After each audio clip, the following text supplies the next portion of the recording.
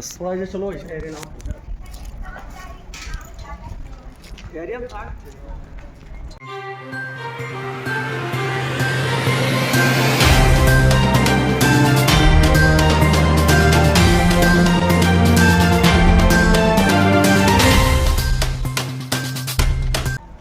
बस्ती मंडल में 2015 से लेकर 2024 तक की गई राशन की धान और गेहूं की खरीद फरोख्त में हुए घोटाले के संबंध में मामला मंडलायुक्त को पहुंच गया है, सौंप दिया गया है।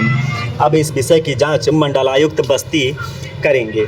आपको बता दें कि पूरे बस्ती मंडल में 2015 से लेकर 2025-24 तक भारी मात्रा में धान और गेहूं की खरीद फरोख्त में घोटालेबाजी की गई है। इस मामले में कई लोगों पर FIR दर्ज हो चुका है पहले भी, और बाकी की जांच चल रही है। इस विषय को लेकर महंत गिरजेश दास ने मुख्यमंत्री को लिखित शिकायत देते हुए जांच की मांग की थी, जिस पर कार्रवाई इस विषय को गंभीरता से लेते हुए मुख्यमंत्री कार्यालय द्वारा इस विषय की जांच मंडलायुक्त बस्ती को सौंपी गई है।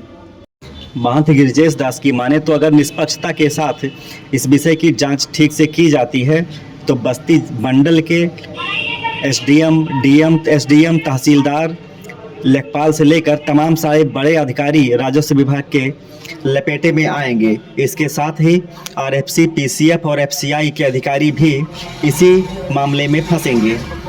इस संबंध में पहले भी कुछ अधिकारियों पर कार्रवाई विभिन्न शिकायतों के माध्यम से की जा चुकी है। आपको बता दें कि मामला फर्जी खतौनी से जुड़ा हुआ है, जिसमें ऐसे भी किसानों ने लाखों के धान गेहूं बेचे हैं जिनके पास खेत ही नहीं है। फर्जी खतौनियों का सत्यापन SDM के यहाँ से किया जाता है। इन खतौनियों का सत्यापन करवा कर इस पर खतौनियों पर धान और गेहूं की बिक्री करवा ली गई है। इस मामले में जब शिकायत की गई तो कुछ जगहों पर धान की और राशन की कीमत वापस अकाउंट में सरकारी खाते में जमा करवा दी गई। इसका मतलब साफ है कि राशन का पैसा किसानों तक पहुंचा ही नहीं था। आइए देखते हैं इस विषय पर महंत गिरजेश दास क्या कह रहे हैं। गिरजेश दास, प्रधानमंत्री जन कल्याणकारी योजना जागरूकता मिशन का राष्ट्रीय उपाध्यक्ष हूँ। जी, कमिश्नर बस्ती से किस लिए मिलने गए थे? मैं कमिश्नर बस्ती से मिलने के लिए बस्ती मंडल में सहकारिता विभाग और RFC विभाग के धान गेहूं खरीद के भ्रष्टाचार के संबंध में मिलने गया था, क्योंकि माननीय मुख्यमंत्री जी ने मेरे पत्र पे संज्ञान लेते हुए कमिश्नर बस्ती को जांच अधिकारी नियुक्त किया है। जी, ये धान गेहूं खरीद में किस तरह का भ्रष्टाचार इन लोगों ने किया है? धान गेहूं खरीद में इन लोगों ने बहुत बड़ा भ्रष्टाचार किया है, क्योंकि किसानों का ना तो गेहूं खरीदा गया ना धान खरीदा गया। जी, वर्ष 2023-24 में जो लक्ष्य प्राप्त हुआ था वो फर्जी खतौनी के आधार पे, जिसको प्रत्येक बस्ती मंडल के प्रत्येक उप जिलाधिकारियों ने प्रमाणित किया है, उन खतौनियों के आधार पे धान की खरीद की गई दोनों विभागों के द्वारा। जी, और उन विभागों के द्वारा बिना धान राइस मिल को गए जी सारे भुगतान कर दिए गए। बाद में जब इसका संज्ञान में आया किसी जगहों से, तो इन लोगों ने केंद्र प्रभारियों से और राइस मिलर से इस पैसा को सरकार के खाते में जमा करा दिया जी।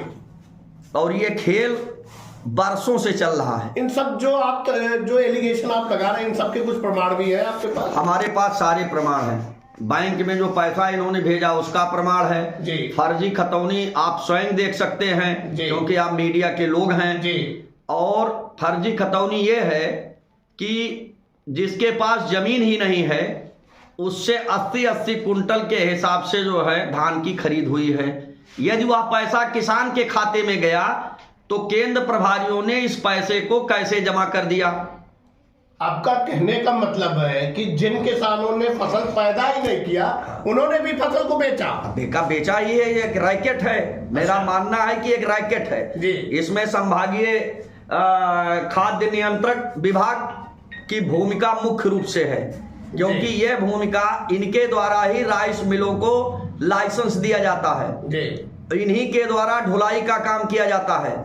ये ढुलाई का कार्य इन्होंने जो किया, धान को ढुलाई के नाम पे इन्होंने घोटाला किया, किराए के नाम पे, और धान मिल पे गया, मिलर ने चावल नहीं दिया, जबकि 67% चावल, एक कुंटल धान में 67% का चावल जो है वो आरएफसी को देना है राइस मिलों को जी। उन राइस मिलों से जब धान उनके यहाँ चला गया, चूंकि ये सिद्ध हो रहा है कि जब ये लिख रहे हैं ढुलाई किए, उसका किराया निकाले, तो सारे किराए के बाद जो धान इनके पास पहुंचा तो उसको चावल कूट करके तैयार करके आरएफसी को देना चाहिए। और आरएफसी ने दबाव बना करके इसके अधिकारियों ने उन मिलरों से धान का पैसा वापस कराया, केंद्र प्रभारियों से पैसा वापस कराया सहकारिता विभाग ने। तो दो प्रश्न इसमें उठते हैं। एक प्रश्न है कि उन केंद्र प्रभारियों की जांच होनी चाहिए कि लाखों लाख करोड़ों करोड़ों रुपया इन लोगों के पास कहां से आया, क्योंकि इनके हिसाब से तो कागज में वो किसानों के द्वारा खरीद की गई है, किसानों के खाते में पैसा भेज दिया गया। किसानों की भी जांच की जानी चाहिए कि ये किसानों की स्थिति क्या है। तहसील के में किसानों की खतौनियों का सत्यापन करना चाहिए। मैं इस कार्य के लिए एसडीएम आयुक्त महोदय के पास गया था कि ये केवल अकेला एक विभाग का खेल नहीं है, ये सहकारिता, आरएफसी और राजस्व विभाग की मिली भगत से माननीय मुख्यमंत्री जी को बदनाम करने के लिए ये योजना चलाई जा रही है। सरकार चाहती है कि किसानों की आय बढ़े, लेकिन मूल रूप से किसानों से जब कोई खरीद नहीं होगी, कोई काम नहीं होगा, तो उनकी आय कैसे बढ़ेगी। इसका मतलब किसानों को महोदय आप चाहते क्या इस घटना? हमारी मांग है, मैंने कमिश्नर साहब से कहा है कि हमको निष्पक्ष जांच होनी चाहिए, और संगठन ने तय किया है, मैंने तय किया है कि अगले हफ्ते हम माननीय मुख्यमंत्री जी से, चूंकि विभाग ये माननीय मुख्यमंत्री जी के पास है, खाद्य विभाग, और उनको बदनाम करने की साजिश की जा रही है बस्ती मंडल में, मैं माननीय मुख्यमंत्री जी से व्यक्तिगत तौर से मिलकर के सभी पहलुओं पे अभिलेखों सहित उनसे वार्ता करूंगा